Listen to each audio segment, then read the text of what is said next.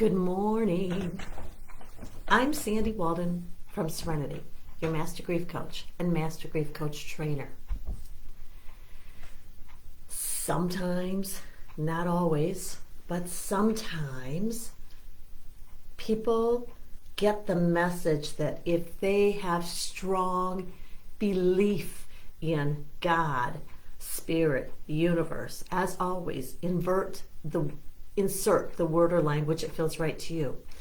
They often either believe or are given the message that because they have this religious or spiritual faith, that they believe, trust, or know that their loved one is in a better place, that they're okay.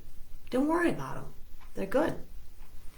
We might get the feeling that we shouldn't be sad, heartbroken, lonely, because after all, they're fine. We might believe that ourselves. But here's what I know. I know my son is fine. There's no doubt about it. I've been getting messages from him since the beginning, and he left in 2010. That's when he died of suicide. But here's what I know. My faith has only continued to grow stronger.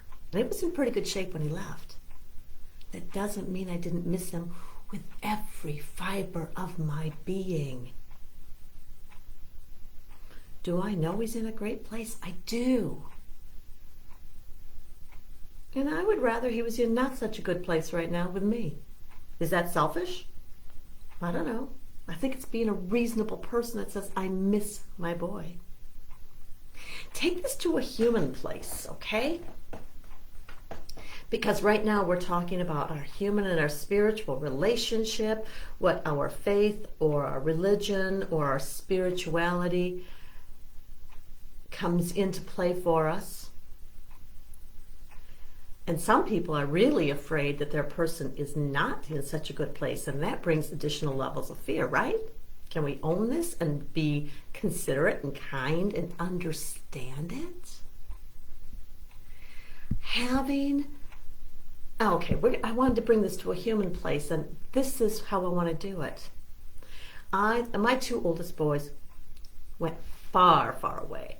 Each one of my children, when they turned 18, each one of my boys went away. I choose not to take that personally. I choose to believe they weren't running away from mom, that they were running to something wonderful for them. And I think it's true. So I think about this. My eldest went into the military. Oh my gosh, did he go far away? He went to the other side of the planet. Did I miss him? Absolutely. Was I scared and worried? Sometimes, because there was war going on. Go to my middle son. He went far away too. At the time, we lived in Wisconsin, and he went to California. There was a time he spent a year traveling the world on his own. Having faith that he was okay, and I did have that faith for each of them because I always knew if they weren't okay, that there would be somebody at my door delivering that message. So I trusted they were all right. And especially, I knew they were each doing what they really wanted to do and that they embraced these adventures. My youngest, Mikey, went to college. Not nearly so far away, but a few hours away. He loved it. He often described his 1 year of college the best party he could possibly have had. He made friends. He enjoyed every bit of it. And I think he learned some stuff too. But here's the deal. I knew they were in places they wanted to be. I knew they were enjoying their lives in whatever way was right for them, that they were feeling fulfilled. The middle son was having adventures, going places, meeting people all over the world, people who spoke different languages, from different cultures, climbing mountains, swimming with sharks. He swam with sharks and barracuda. Yikes! I knew they were okay. And I still missed them. I knew they were doing what they wanted to do. And I still missed that they weren't at our house sitting around the fireplace, having chili, and meeting us for the football games. Now, if I can miss them on a human level, when I can speak to them on the phone, granted not very often, especially for the one who was in the military, it would be months and months, but so be it. The one who was traveling, it would often be many weeks as well. Mikey was just busy. But if I could miss them when they were on the same planet, when they were physically still in their body, when we had the ability to communicate by text or email or snail mail or something else, why is it unreasonable to say that I could miss them when they're in heaven, spirit, nirvana? Again, find the place, the word that's right for you. I knew the boy who traveled the world. Oh my golly, when I would talk to him, he was having the time of his life. He would tell me about these interesting people he would meet and the things he'd seen. But I still missed him. Both can exist at the same time.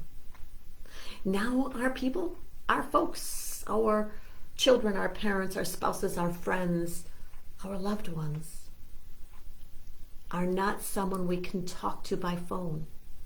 They're not going to show up in the same way for the Packer game. I believe they're often there, but I can't put my arm on their shoulder. Maybe I feel that embrace, and sometimes I do, but I can't hug them back in the way that I remember and that I choose, that I prefer. And I know they're well. I think about all the loved ones who've been coming to mind for me so often lately. My my biological father, my dad, the stepdad, the man who raised me, my son, my amazing uncles. I had so many uncles who were really good to me. And I'm missing them. And I know they're fine. I know they are beyond fine. We can miss someone. We can be sad that they're not with us. We can be heartbroken. Let those tears flow. It's okay. And still know that they are okay. We can still know they're thriving. I believe they are. These feelings can and often do coexist. When my boys were going different places around the planet, it's not that I didn't want them to enjoy themselves. Of course I did. And I was glad that they were doing what they wanted to do. I was glad that they were involved in adventures or learning or growth that was close to their heart, important to them. And I still miss them. I would still be sad sometimes. Not always, but I'm not always sad now either. More often than not, I live an amazing life. When I talk to my son, the one in spirit, Mikey, it's usually with some joking and some laughter, sometimes some sadness. But guess what? Our relationship has changed. I think it's expanded, but it has not ended. Understand you still get to have that full range of emotions that you would have in any relationship. Your loved one being on the other side, in spirit, in heaven, changes the way you interact in your relationship, but you still have a relationship. You get to still be angry, excited, PO'd, calm, loving, frustrated. All of the emotions that come along with any relationship still apply. You don't have to take any of them off of the table. And I hope you don't, because that's a very human thing to have your full range of emotions. One of the reasons why I've worked with people for so many years about addressing their grief, not shying away or denying it, but owning it and finding safe, healthy ways to process it is because when we do so, we are once again able to access that full range of emotions. Next month, October 17th and 1st, in fact, my 12-week grief healing course opens up again.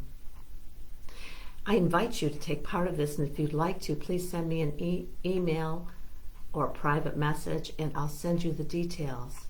But one of the reasons why I developed this course is to support clients, any griever, to access our feelings and to process them. They are just as real, just as valid, just as much a part of us as they ever were.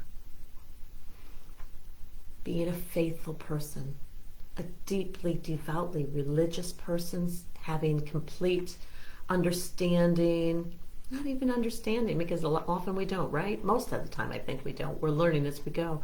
But owning, trusting, knowing that our loved ones are loved, just embraced and taken care of on the other side, does not mean that we don't get to cry or scream or be sad. We can hold both. So today, I want to invite you to embrace all of those feelings. Your relationship isn't over. It's changed. And if you'd like to know more about the 12-week healing course that'll be opening up, send me a message or respond underneath this little chat, and I'll send you a private message with the details. I want you to remember that you are most beautifully human. You have this full range of emotions. Relationship is changed, but not over. And I encourage you to feel it all in a way that's safe and healthy. I'm Sandy Walden from Serenity, Master Grief Coach and Master Grief Coach Trainer. Namaste.